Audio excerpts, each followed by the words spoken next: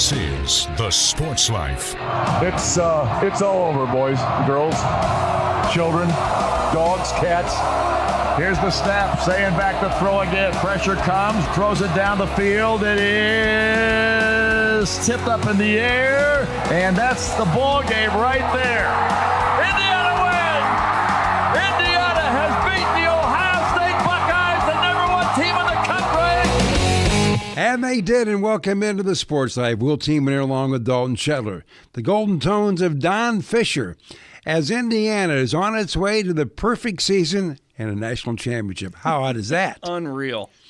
Well, we have an interesting show for you this week, and one of the things we're going to talk about is the fact that Michigan State has now named a new athletic director, Dan Bartholomae, and we're going to get his take on things, which I think people will find interesting. It certainly should be. And speaking of getting takes, let's get the take of Deb Schneider, who, of course, is a great friend of the program, studying law. She teaches it. She is a sports law attorney. She kind of checks all the boxes, and we tap her shoulder when we're confused about what is going on in college sports. She's going to try and explain to us a little bit more about the Protect College Sports Act and some of the other things going on in college athletics. And we're going to call another friend of the program, that being Bill Bender of the Sporting News, as we take a look at Big Ten football. Who are the favorites this year? Can the Big Ten repeat yet again? And who are some of the dark horses? Should be a lot of fun. So, sounds of the week. Well, as you just heard there, it was just a year ago, but we're saluting the year 2025 as we continue to march closer towards kickoff of the upcoming season. Well, we're not going to play the national championship final call from Don Fisher. We'll save that for next week when we get to 2026 and our current year, since it happened in this last calendar. But in 2025, one of those moments that IU needed to continue to stay unbeaten and on this path was against Iowa at Kinnick Stadium, where top teams go to die. The Indiana Hoosiers were tested, but they got the win 20-15 thanks to this touchdown pass. Here's the snap. Here's the throw. Catch is made. And a break! Down the middle of the field goes Surratt. Touchdown! And Indiana scores a 49-yard pass play and a break by Elijah Surratt that broke a tackle, and he takes it into the end zone. How many times did Don Fisher make that kind of call? What about the Penn State game? Right. Last play, crazy pass. Well, as always, the team that usually wins it all has a little magic, and heaven knows Indiana had some football magic. That and some. I mean, it was incredible what last year was for the Indiana Hoosiers. You know, one of the teams we're going to be talking with Bill Bender about as maybe a national champion contender and legitimate this year, the Oregon Ducks, with all of their talent. They had a massive moment early in the season. Matter of fact, it's the same week as the call you just heard, when they went to Happy Valley and knocked off number 3 Penn State. Hard to believe, again, Penn State was ranked 3rd in the country at this time. After this loss, of course, things went downhill a little bit for Penn State. Shortly after James Franklin was fired, Penn State would continue on, but this was a double overtime game under the lights in Happy Valley, and Oregon wins it with this interception. Aller gonna throw, steps back, swings it down, it is intercepted! Oregon pick, Ducks win! Ducks win! Interception by Dylan Feynman. That means Penn State can't answer the score, and Oregon has ended it with an interception in the second overtime. And they'll win it 30-24. It is so interesting. Who would have thought with that game, that loss for Penn State, as Dalton mentioned, everything would come unglued. A long losing streak, a coach gets fired, and what was thought to be maybe a national championship run ends in disaster. Well, when we come back with more of the Sports Life, we're going to visit with Bill Bender of the Sporting News, as we're going to ask Bill to get out his crystal ball as we talk about what might be in the upcoming college football season. But first, this break. So, got one for you, boss. Oh, yeah? What's black, white, and dented all over? I give up. The company truck. I know, but thanks to our agent, we've already submitted an insurance claim and can track the status right from the app. Auto owners pays what they owe without any hassle. Lucky for you, that's simple human sense. Ask your independent agent if auto owners make sense for you. Medicaid and CHIP offer free or low-cost health coverage for children and teens. Hospital and doctor visits, prescriptions, shots, and more are covered. That's peace of mind for parents if a child is sick or gets injured. And parents may now be eligible for Medicaid too, even if they've applied in the past. Enrollment is always open. Visit insurekidsnow.gov or call 1-877-KIDS-NOW. Paid for by the U.S. Department of Health and Human Services. If you have diabetes, listen up. If you have insurance, you can qualify for a continuous glucose monitor. With a CGM, you can continuously track your levels and trends and spend more time in range, significantly lowering your A1C. More importantly, a CGM eliminates the one thing most people with diabetes hate: painful finger sticks. Order your new continuous glucose monitor today. If you use insulin and if you've seen your diabetes care provider within the last 6 months, you may qualify for your own CGM right now. We'll do all the insurance paperwork and deliver your new CGM at little or no out-of-pocket cost to you. Medicare and most insurances will cover your CGM, so don't wait. Have your insurance handy and call the Aptiva Medical CGM Health Hotline right now. 800-948-6912. 800-948-6912. 800-948-6912. That's 800-948-6912. We'll be back with more in a moment. This is The Sports Life.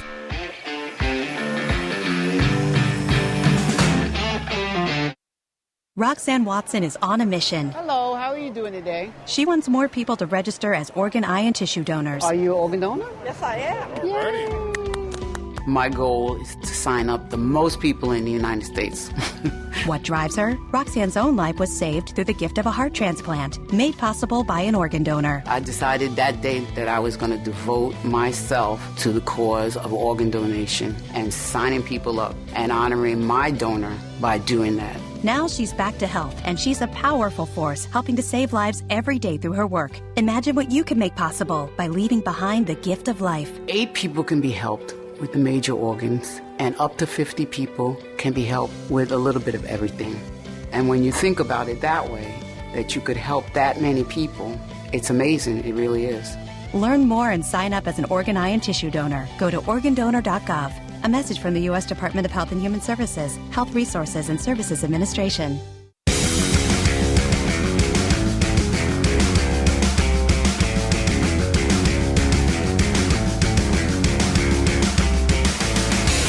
And welcome back for more of the Sports Life. We'll team in here along with Dalton Shetler. Well, college football is right around the corner. And because of the lay of our current landscape, we tend not to talk about who may win the Big Ten or the SEC, but we tend more to talk about who's going to win the national championship. So joining us to talk about that is Bill Benner, columnist from the Sporting News. Bill, thanks for joining us. And Dalton and I were taking a peek at what champions look like since the playoff system has started. And at the end of the day, Georgia's the only repeat. So we got a couple questions for you. The Big Ten is doing something no conference has done. It's won 3 straight, trying to make it 4. And Indiana's trying to repeat. Only Georgia has done that, 21 and 22. So my question is, what do you think about the Big Ten winning a 4th straight national title? And what do you think about Indiana repeating? Well, the first question, the really good odds when you have 3 powers at the top in the polls, Oregon, Ohio State, Indiana. Between the coaches and AP poll, they combined for 120 first-place votes. The SEC, between those 2 polls, Texas and Georgia, combined for 9. So, there's a really strong likelihood that the Big Ten could win another national championship. I'm higher on Indiana than the polls are. I would have them at number 1. I think both sides of the lines are going to be really good again. It's easy to forget that they beat teams by 29.9 points per game last year.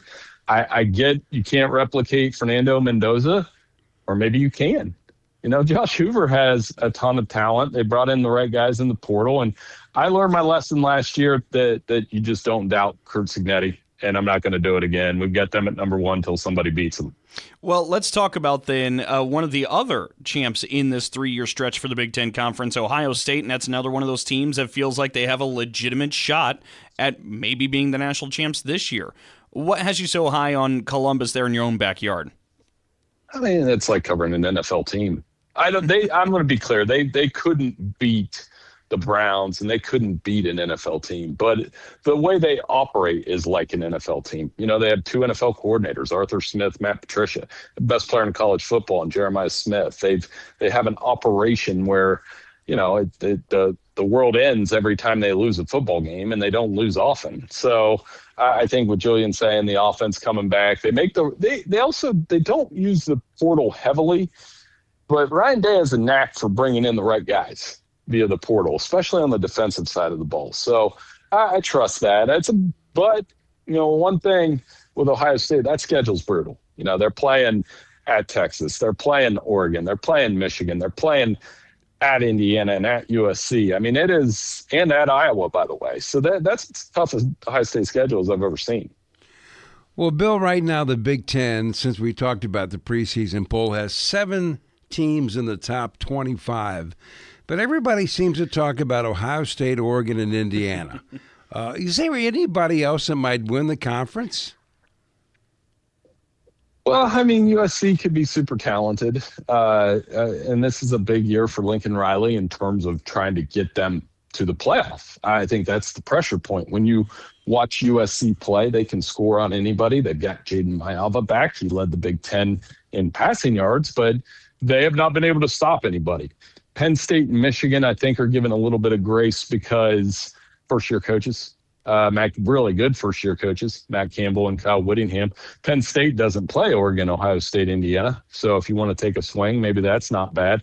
And then you close out the ranked teams with Iowa and Washington. I just don't know that people believe that Iowa or Washington could win the Big Ten. I think the winner of the Iowa-Washington game, and I think it's in mid-October, would be a decent playoff sleeper, though, if you look at the back half of their schedules. So plenty of Big Ten teams, and I think Illinois could have snuck in there as a ranked team. That's half the conference competing for playoff berths.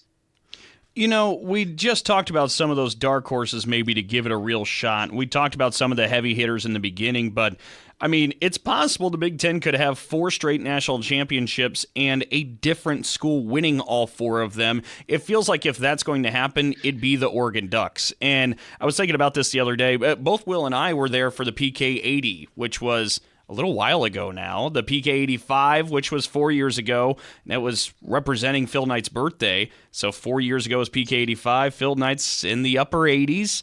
He wants to see a national championship come to Eugene at some point. Can they get it done this year? Yeah, I mean, there's an opportunity there, certainly. This is a very good Oregon football team, especially with what they bring back on the defensive side of the ball with Amari Washington, Mateo Youngalele. They added Coy Parrish, Minnesota safety, 2-way player via the portal. And then to your point, Dalton, they've done everything but win the national title. They've established themselves as an elite program. They've won the Big Ten. They've made playoff runs. They've been to the BCS championship game. They've been to the CFP championship game. So all they got to do is go out and win it. But to answer your question, 4 different schools from the Big Ten winning 4 national titles, there'd be no debating next. There is no debate right now, in my opinion. It's the best conference in college football. Well, we always talk about the top, but I always look, and Dalton and I talk about this, Nebraska, the once great program, and we kept waiting for Matt Rule to turn the corner there, and there's always something that goes wrong. And then there's UCLA that used to be a national power, and they're struggling, but they have a new coach. You never know. What are the odds that Nebraska and UCLA might actually turn out having a good season? I think Nebraska comes down to Anthony Calandria. He comes in. He can play a little bit. UNLV transfer, very mobile, and does that offense get going? You asked the question, will it be addition by subtraction with Dylan Raiola transferring to Oregon? You know, and this is year 3. Matt Rule's track record's pretty proven with making over programs. There's a little more hitches in Nebraska than other places maybe, but I think they can continue to improve. UCLA, Bob Chesney, really interesting hire. Comes off the Signetti coaching tree. Been to the playoff, he can say that.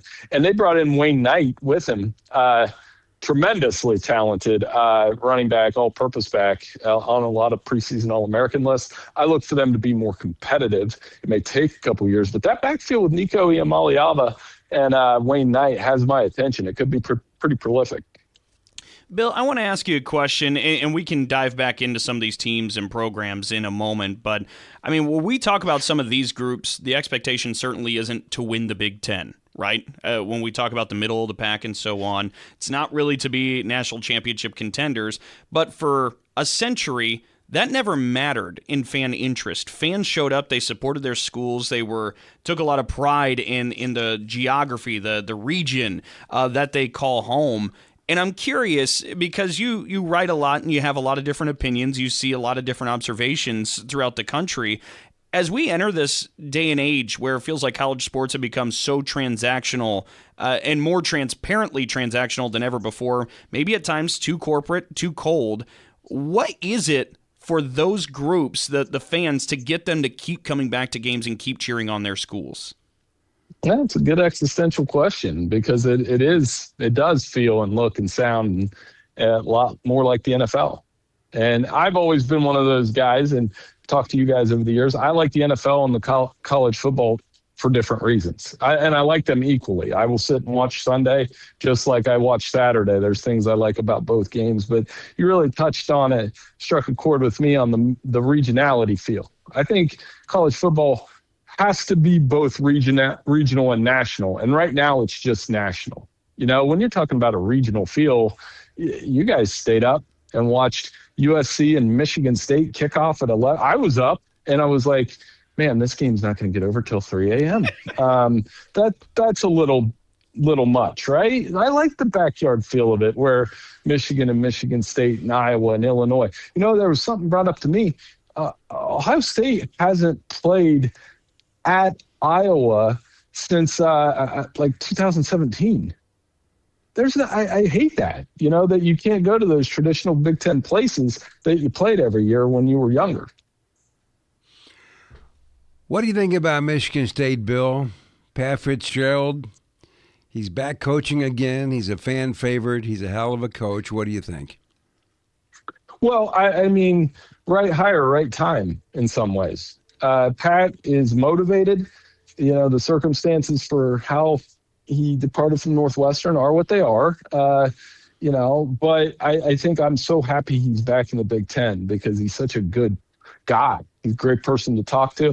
He really cares about the kids. I'm seeing these videos on social media, the passion he coaches with. It's good to see that back on a Big Ten sideline. And I think it's not an accident that he's bringing back, you know, former coaches like Mark D'Antonio, right? Mark D'Antonio, that was right hire at right time for Michigan State. And this feels a little bit like that. It's obviously not going to happen overnight, but you know, I think he'll bring that passion that was missing the last couple seasons back. And you have a Big Ten guy, somebody that knows what it means to be successful. I still think about Pat Fitzgerald, the player. I'm getting up there in age, but man, he was an awesome player at Northwestern. He's an awesome coach at Northwestern, and I think he'll do a great job at Michigan State. I'm sorry, I'm going to go back to the macro that we were just talking about for a moment there, Bill, because one of the hot button issues right now is playoff expansion.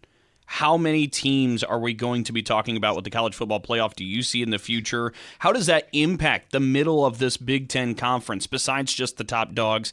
And also, kind of as a sidecar question to that, does winning the Big Ten even matter anymore if the sport is this national and it's all about the playoff?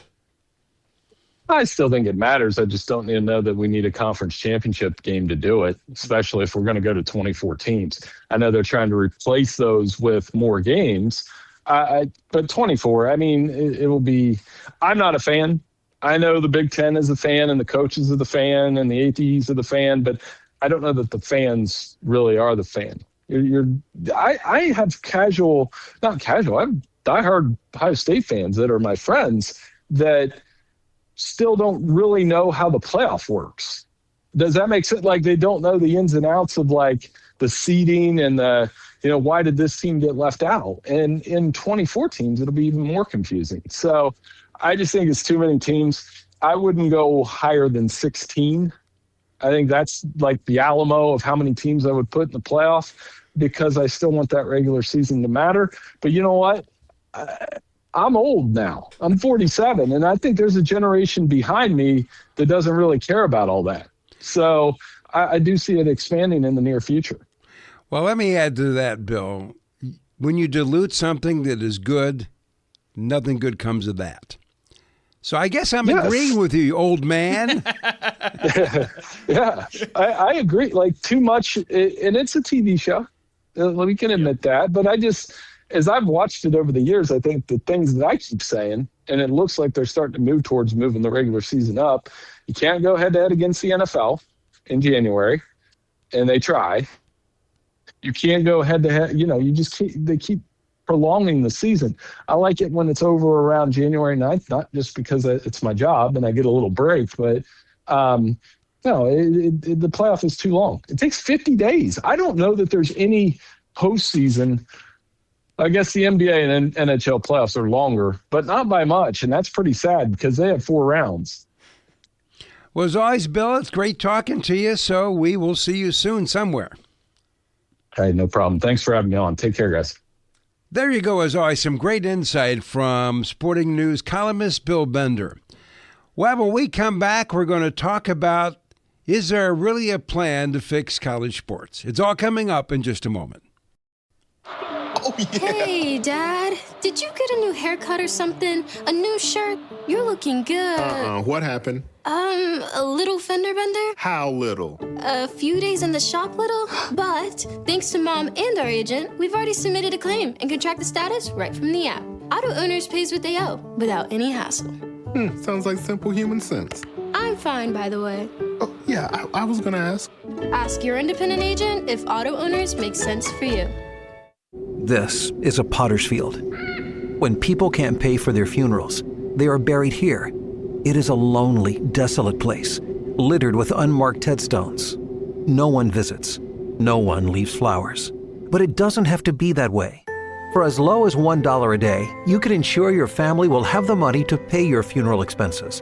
We offer burial insurance plans that pay up to $30,000. Considering the average funeral costs more than $10,000, that's peace of mind for your family. There are no medical exams, your rates won't increase, and your policy cannot be canceled as long as you make your premium payments.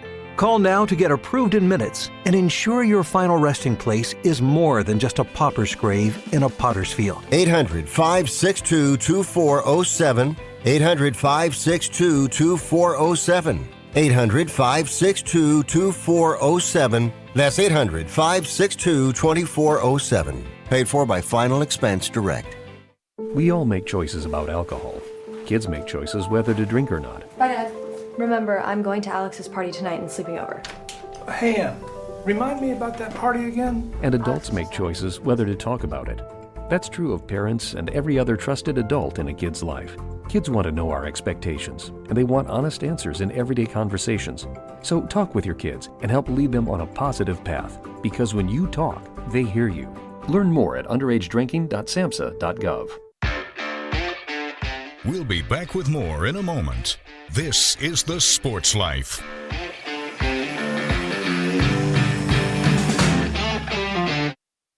Here's a real-life story that affects 50% of all of us out there.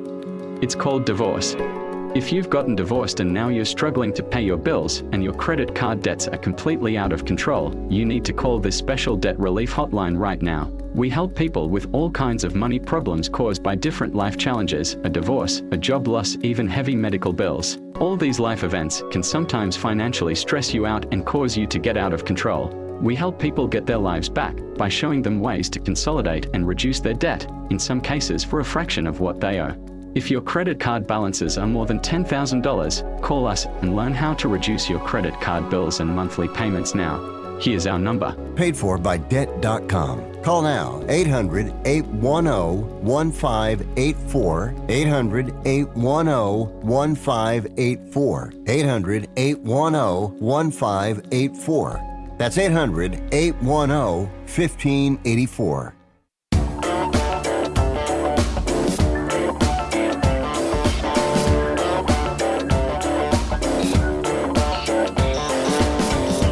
And welcome back for more of the Sports Life. We'll team here along with Dalton Shetler. And don't forget, auto owners insurance, simple human sense. Ask your independent agent if auto owners make sense for you. College sports, it's big, it's rolling, it is major business, but it is kind of spiraling because the rules and regulations really don't quite exist. But there has been an attempt at the federal level to maybe do something to fix that. They're trying to get this act passed called the Protect College Sports Act. It's bipartisan and it's struggling, but it's still alive and well. So we've asked Deb Schneider to join us to talk about this. Deb's a sports law attorney with Fishman Stewart and an adjunct professor at Wayne State and Michigan State University. And Deb, thanks for joining us. And I thought maybe we could begin, first off, to refresh people's mind about what this Protect College Sports Act is all about.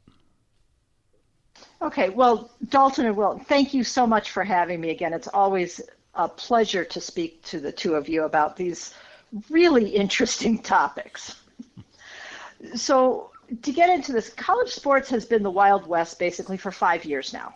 We have 50 different state laws, it seems. Athletes are getting paid for the first time ever, some by schools, some through NIL, collectives. We have all these lawsuits, which have basically been forcing the NCAA to rewrite its own rule book over and over again. Then we have Ted Cruz and Maria Cantwell, who came together from the Republican and the Democratic side, which makes this bipartisan, to create one national standard for our collegiate sports. The bill still ducks a lot of the questions that we have. The biggest one probably is, are these athletes employees or not? And they have a lot of protections that are being added to this bill, but the bottom line is, if it doesn't get passed, this is really all academic. Well, what are the odds this thing is going to get passed? I know it's struggling.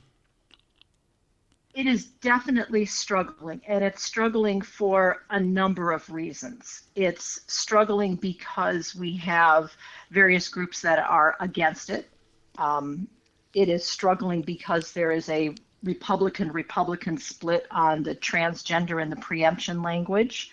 It is struggling because there's so much left unsaid by this bill, and it's really truly a Division I fix. It doesn't touch much of D2 or D3, which are actually the largest portions of the NCAA.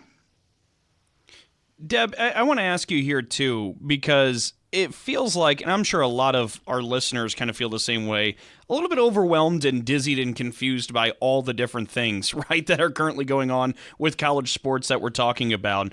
When we discuss the injunction put out by the judge who ruled that the class of 2022, that they get a fifth year, and fighting with the NCAA a little bit about that, how does some of those different battles that are also coexisting at the same time interact with this? Well, Dalton, I'm going to give you the legal answer. It depends on the particular battle. I mean, it's an excellent question. This bill is structurally designed to codify that House settlement revenue sharing system into a permanent federal law. And it's designed to create that one national NIL standard to replace all the state laws. It's designed to give the schools and conferences a targeted antitrust protection, which is where your question falls as far as eligibility standards. But there's a big question as to what that means ultimately and how it's going to play out. The extra fifth rule, that's an antitrust violation. They're going to, this bill would codify that so that you have the 5 years and that's it. Now, then we have to look at foreign students who are a large part of this, and we end up with a trigger and a problem between immigration law, which gives you 4 years on an F1 visa and 5 years of athletic eligibility. So there are a lot of things that are going on in this bill that are going to be left unresolved if the bill does get passed. Well, when this thing began, the Big Ten and the SEC, the two big dogs in town, were not really supporting it. Then they seemed to backtrack a little bit and like it a little better. Where's the Big Ten right now in this, you think, Deb? That's a great question. I think the Big Ten has, I hate speaking for the Big Ten, but you really put me on the spot here. But I think there are some definite advantages for this bill, one of which is that media rights exemption, that if we get 75% of the FBS schools to buy in, that there's a potential for pooled media rights, which of course could be huge. That might bring in a private equity type of thing. It does change. It would actually amend the 1961 Sports Broadcasting Act and allow these pooled rights. So there's a good incentive there for them to be part of this. On the other hand, it might be that they'd prefer with the SEC, they have enough power to create their own broadcast in their own league. I don't know that they necessarily need that portion of this bill. Deb, I want to ask you here too, because looking at this from kind of the perch that we're sitting and seeing just all the chaos that's going on, when all this started a handful of years ago, where the rules really changed, the NCAA was really challenged on legal authority and things were overturned and the floodgates came open. Ever since then, it felt like everybody has been scurrying quickly and grabbing whatever they can in this mix. But it feels like maybe the tide is shifting a little bit. I go back to the incident earlier this year with the Texas Tech enrolled quarterback and how colleges and universities, athletic departments came out and said, you know what, don't put them on your schedule. Conferences as a whole all said, don't put them on your schedule. They took it upon themselves to govern this a little bit. As the tide maybe shifts a little bit that way, where universities are really understanding that there needs to be some kind of order, even if they have to implement some of that in some form or fashion, if this bill does not pass, do you see them maybe taking on some of that ownership, or still hands off? I think they're going to have to. Ultimately, what has happened is the NCAA, after the Alston case back in 2021, really lost a lot of its power. And because the floodgates opened because of the antitrust law and the fact that the NCAA is not exempt from antitrust law. So all of these things we've seen are because the athletes have challenged NCAA rules and regulations. And the schools are saying this is just too much. We can't live in this chaos all the time. So we're starting to see those schools and those conferences get together and create their own ecosystem, if you will, of collegiate sports, which looks very different than the 100+ years of the NCAA ecosystem that we saw. The largest thing being obviously the NIL and the pay-for-play aspects and the revenue share. So I think we will see the schools, if this does not pass, I think we will see the schools stepping up. I think we may see some super conferences, and we're going to have that real split between the haves and the have-nots. Will this affect just football, you think, or will a split be the haves and the have-nots straight across the board with all the sports? My guess is if we have that, it's going to be straight across the board with all sports, because football and men's basketball are responsible for about 90% of the revenue. But in terms of numbers, it's a very small number, and there are still a lot of students and athletes in schools who want to participate in sports. And we're talking some of the Olympic sports, the women's sports, and I think we're going to see that there's going to be a split in terms of who gets the broadcast, who doesn't get the broadcast, which are obviously where the big money is, and who's going to show up. And it's going to really probably fall on the side of football and men's basketball, as it has. Dalton and I have talked about this a lot. I'll throw this out to you. Common sense says at some point it's got to stop. We just can't keep escalating this, right? Could this whole thing just blow up? Well, I think that's what the Protect College Sports Act is attempting to do, is to stop it. We are trying, this bipartisan bill is trying to say we need to have some rules and regulations. And it's the closest Congress has ever come to this at this point. Like I said, there are a lot of issues with it that are going to potentially derail it, but it is an attempt at stopping the chaos. Well, the good news is, Deb, while the chaos continues, we have an excuse to call you. Which is always delightful. Deb, is always appreciated. Thank you so much. You're welcome. Thank you for having me. Some of the thoughts of Deb Schneider, sports law attorney with Fishman Stewart and an adjunct professor at Michigan State University and Wayne State University. Well, Dalton, here's what I do know about anybody who's trying to propose anything. If people don't want it to happen, it's not going to happen. Back with more in just a moment. So, I got one for you, boss. Oh, yeah? What's black, white, and dented all over? I give up. The company truck. I know, but thanks to our agent, we've already submitted an insurance claim and can track the status right from the app. Auto owners pays what they owe without any hassle. Lucky for you, that's simple human sense. Ask your independent agent if auto owners make sense for you. If you served honorably in our nation's armed forces and you're looking for a way to continue serving your fellow veterans in your community, then join AMVETS. AMVETS members volunteer millions of hours at VA healthcare facilities from coast to coast, helping to improve the lives of their fellow veterans through the VA Voluntary Services Program. AMVETS posts and departments also participate in a wide variety of community service projects. If you no longer wear the uniform today, you can still serve through the AMVETS by joining today at amvets.org.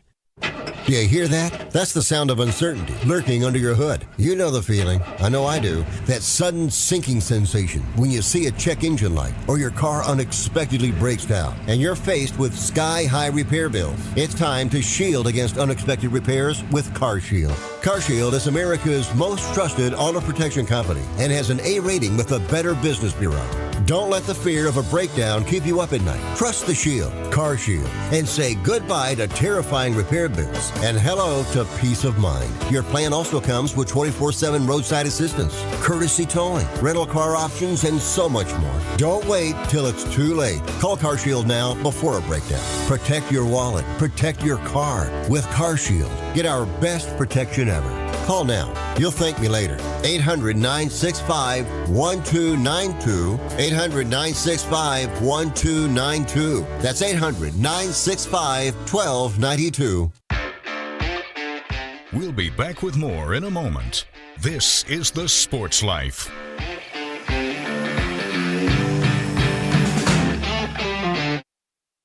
Did you receive a call or message that mentioned Social Security and demanded immediate action? Did the caller know your Social Security number or other personal information and tell you that your Social Security number had been used in connection with the crime? Did you feel worried that your Social Security number might be suspended, your bank account might be frozen or seized, or you could be arrested? That is not the Social Security Administration. Social Security will not threaten you, demand your personal information, or instant payment, email or text you pictures or documents, or use a real government official's name to gain your trust. Social Security does not accept payments by gift card, prepaid debit card, internet currency, or by mailing cash. Criminals use these forms of payment because they are hard to trace. Do not be fooled. Hang up. Ignore them. Report this criminal activity to the Social Security Administration Office of the Inspector General at oig.ssa.gov. Produced at U.S. taxpayer expense.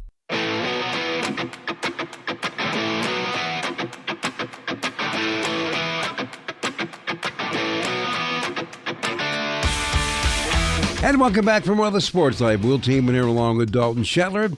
Well, Michigan State this week announces 22nd Director of Athletics. It comes in the person of Dan Bartholomae, who has been the Athletic Director of Western Michigan since 2022. The timing is great. It comes before the start of the season, and it seems to be a nice fit between the progressive young athletic director and the progressive path the MSU Athletic Department is currently on. So, before Dalton and I get to dissect some of the things he said and what we think, here's some of the highlights of his press conference earlier this week. In simple terms, this is a dream come true for me. The opportunity to work at the best institution, in the best state, and in the best conference in the country. This is the opportunity of a lifetime. It is a destination job, and I am incredibly grateful that you have entrusted me to deliver. I'm incredibly thankful for the relationships, mentorship, and support I received in Kalamazoo as the athletic director at Western Michigan. Western Michigan is an incredibly special place with incredibly special people who have worked together to produce special results over the last few years. It was an honor and a privilege to be a part of it, and I leave a piece of my heart there. And a heartfelt nod and thank you to my friend Jay Batt. This place is in great shape with great opportunity to elevate quickly, and many thanks to his leadership. Choosing Michigan State University was easy, and I believe there are three qualities that immediately set this place apart. The first is the people. A basketball coach who calls a new athletic director at another school simply to just offer advice. A president who prioritizes relationships before anything else. A donor base that has already gone out of its way to welcome us and be helpful. Our people are our greatest asset, and we are going to activate that asset. The second is the foundation that already exists. Everyone I met with yesterday said essentially the same thing. Everything we need to achieve our most aspirational goals is already here. This is Michigan State, all right? We have big goals for Sparta, the Stadium District, Spartan Ventures, the Big Ten, supporting this new outstanding football coach we have to win at the highest levels, NCAA championships. We should never settle for anything less than the best, because the best is right here at our disposal already. And the third is our mentality, and it's my favorite. We have a blue-collar, roll-up-your-sleeves mentality that separates us a little bit in this state and in this conference. And I like that. I want to be somewhere where part of the plan is simply to outwork the competition. That's a style I believe in. And that gets me to the vision. Spartan excellence without exception. The standards will be high, and the expectations will match them. We can achieve extraordinary things at Michigan State University by challenging the status quo and continuously aiming higher. I told our staff we are going to work really hard, maybe even harder than you've ever worked in your life. But it's going to be fun. And there's going to be a lot of green and white confetti rolling around this campus and real soon. And most importantly, we are going to do it together. So what does Spartan excellence without exception mean? It means we will create the greatest student-athlete experience in the country. Our student-athletes will compete at the highest levels. They will receive a world-class education, and they will be prepared to pursue their passions, lead with purpose, and make a difference long after their eligibility is exhausted. It means we will be amazing community partners, both here in East Lansing and across our Spartan family around the entire world. Athletics will be a welcoming entry point to Michigan State University. Our events will energize you. They will be fun. They are supposed to be. This is college athletics. They will be different. They will be innovative. And they will leave you wanting to invest your time, passion, and energy with Michigan State. And finally, I'm competitive. It means we will compete and we will win at the highest levels. And when you compete in the Big Ten Conference, that means national championships. I walked into the administrative building yesterday. I walked by that wall of national championships at the entrance to our offices on the way to this press conference, and I thought to myself, folks, it has been too long. We will play to win. And when we do, we are going to celebrate the heck out of it. All of us, together. And we will get there because we will have a plan. Implementing this vision, Spartan excellence without exception, will take time. And it will require meaningful input and feedback from our student athletes, our coaches, our staff, our faculty, our alumni, our external partners. But together, we will create a plan that inspires and unites this community, establishes ambitious goals, and provides a clear path for how we will accomplish them. Ladies and gentlemen, I cannot wait to get started. And I'll leave you with a little bit about what all this means to me, because it means a lot. When I started this in this industry as an administrative graduate assistant, 2002, aside from sorting mail and getting people coffee, one of my first jobs was to connect our student athletes with members of the community to help them find jobs after college. I've had hundreds of responsibilities since that moment. But that mission, serving student athletes, building community through connection and advancement, that has never left me. And in those first few weeks on the job, I knew that it was my dream to become a Division I athletic director at the highest level. So folks, I am living my dream today. And that is the energy you're going to get from me every single day I walk into that office across the street. And I have a name for it. I call it dream energy. And I believe it is the most powerful force on the planet. But here's the catch, and I've learned this in the last 36 hours. Mine alone won't do it. This is too big. I need all of your dream energy, okay? I need all of your dream energy. And if somewhere along the way you've lost it, I understand. But I'm going to tell you right now, and I'm asking you to go find it. So some of the highlights from Dan Bartholomae, the new director of athletics at Michigan State, his feelings about taking the new job. Well, I will say one thing about him. When he was at Western Michigan, they won a lot of games. They won national championships, won in hockey, a lot of conference titles. These are all good things. But the one thing he did do, he somehow in the city of Kalamazoo, where Western is, managed to integrate Western with private enterprise to create a $300 million building that's going to house Bronco men's and women's basketball, Western Michigan hockey, the professional K-Wings hockey team, concerts, community events, etc., etc. And that sort of fits the model, Dalton, that MSU is going down the path, intertwining traditional ways of raising money and also intertwining the commercial enterprise known as industry. Which on paper makes him the perfect guy, right? Because when you're talking about Michigan State athletics, I think a lot of people are privy to the For Sparta initiative. It was the ambitious goal of raising $1 billion with a B. Kind of sound like Dr. Evil from Austin Powers. Do we get a cut of that? Right. But $1 billion for MSU athletics. That'll go into the stadium district. A lot of facility renovations in the future. Dan's got experience in that with his time at Kalamazoo, as you said. But also Spartan Ventures is a project that's really with the goal in mind of raising a lot more money for Michigan State athletics. During his 4 years at Western Michigan, the revenue generation climbed 435%, if memory serves right. So he's got an ability to raise funds. He understands these large-scale projects, which is all the path that Michigan State's on. And you're right, they were also pretty good, the Broncos were, on the field and the court or whatever they were on. 37 conference championships in just 4 years. It kind of checks all the boxes for him. It does. And he knows the state of Michigan. That's right. And that's a big part of it, too. And he has an Indiana degree, so he knows the Big Ten from a foundation standpoint. Don, I want to talk to you about three things he mentioned from the clips we just heard. Three things he likes about MSU. Number one, the people. Number two, the foundation that already exists. And number three, the MSU mentality. I think those three things, the way he presented them, kind of rang true. Absolutely. I think, look, the forefront person when you think of Michigan State is Tom Izzo, right? That's if we play word association, you throw Michigan State's name out there, Tom Izzo is the first thing you think of.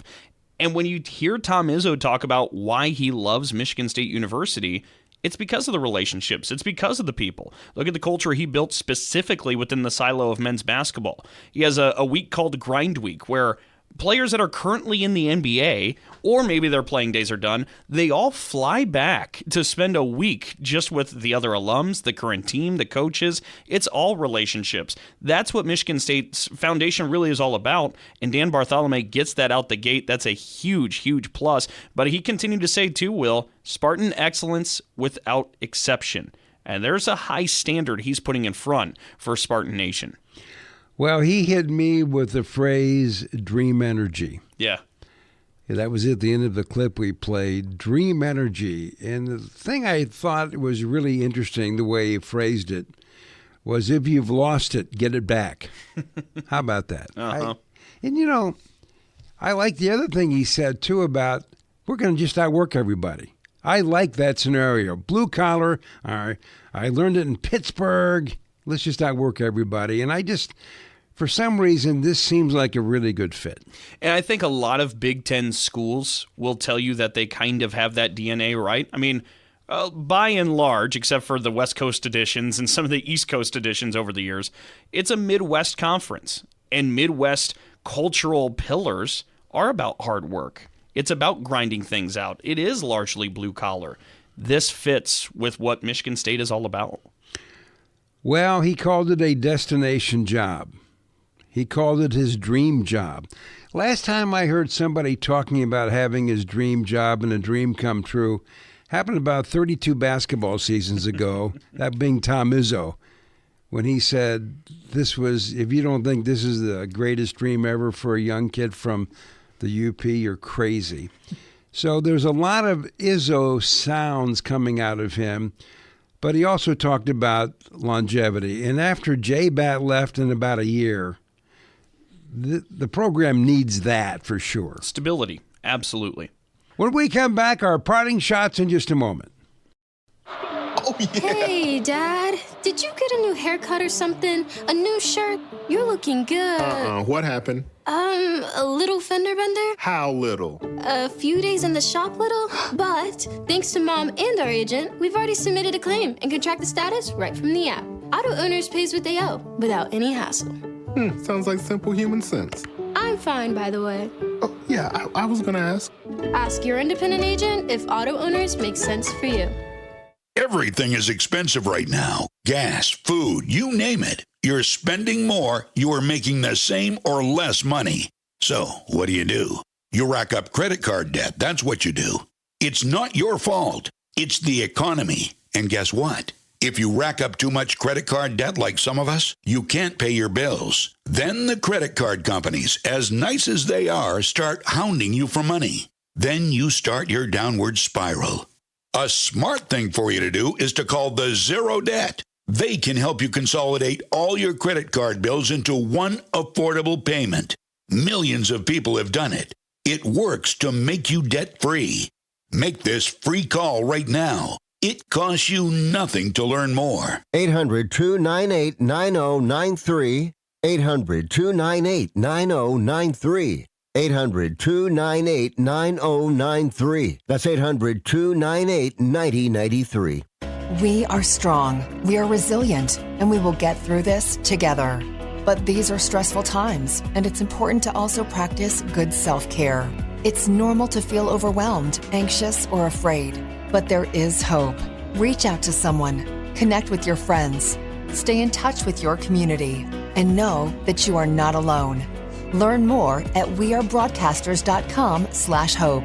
Furnished by the National Association of Broadcasters and this station. We'll be back with more in a moment. This is The Sports Life.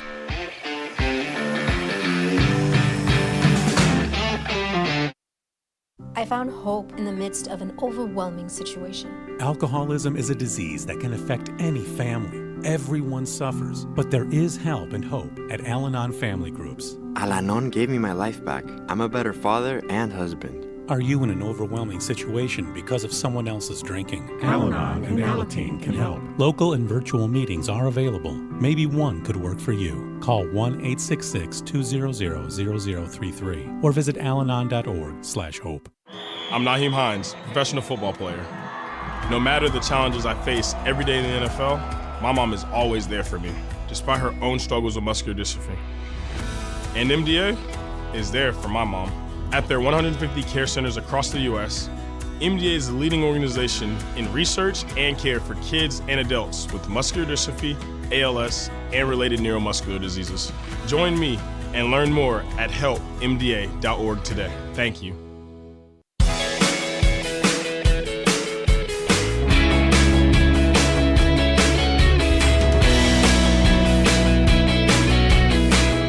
And welcome back for more of the Sports Life. We'll team in here along with Dalton Shetler. Interesting show this week. The thoughts of Dan Bartholomae, the new athletic director at Michigan State University. Deb Schneider talking about whatever we call college athletics. What is it and what might it become? Of course, Bill Benner from the Sporting News. One last look at what may or may not happen in the wide world of Big Ten college football. And with that, we have now worked our way to our parting shots. And to our reminder, make sure you give us a follow at Sports Life Now on Twitter or X, where we, of course, have everything for the show there at Sports Life Now. For my parting shot, look, we've talked a lot about kind of the evolution, and you use evolution, and it can be evolved in a negative way, of college sports with some of the cold-hearted, it feels like, the corporate feel of it, where things are so transactional, money being thrown around, all these different things. We talked with Deb about all the different legal issues. It's kind of easy to get down at times about maybe the current climate, especially if you're just a fan who's wondering what happened to maybe the game you loved.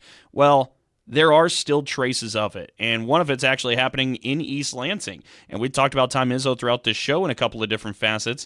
Well, Tom Izzo filled out the rest of his men's basketball roster here recently by elevating a student manager who had been working his tail off onto the basketball team. He makes the roster. It's Matthew Watkins. And for all the negativity, the cloud of it that exists and kind of hangs around our head, Will, that's one of the shining examples through it of there is still good in this game. And it really traces back to the purity of why we all fell in love with this to begin with. So hats off to Matthew Watkins for the great work in getting onto the basketball team, and hats off to Tom Izzo for continuing to kind of be the protector of all that is sacred with college sports. And let me add one thing to that, Dalton.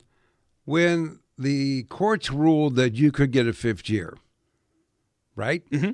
Jackson Kohler, a really, really good basketball player and somebody who had a great 4-year career at Michigan State, was available to come back.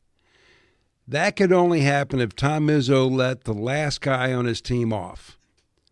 That would have been Watkins. Yep. Think about this. How many coaches in this day and age do the right thing by their team, protects a walk-on player instead of picking up a guy that could really help his team?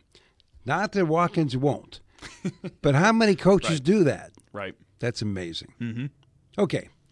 My parting shot goes to this week and the fact that the world lost somebody that changed the entire sports landscape forever.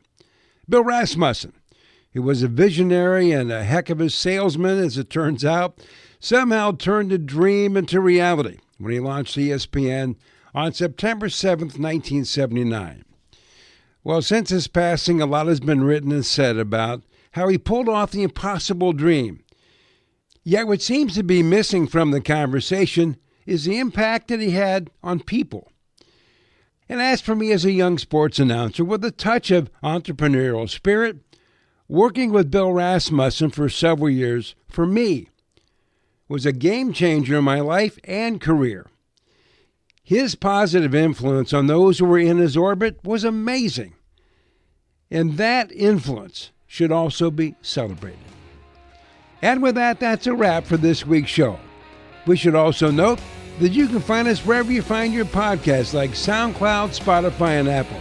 And make sure to check us out and hit subscribe. As always, thanks to the Big Ten Network. The Sports Life is produced by Dalton Shetler. And our executive producer is Wendy Hart. So on behalf of Dalton Shetler, I'm Will Tiemann, and thanks for your time.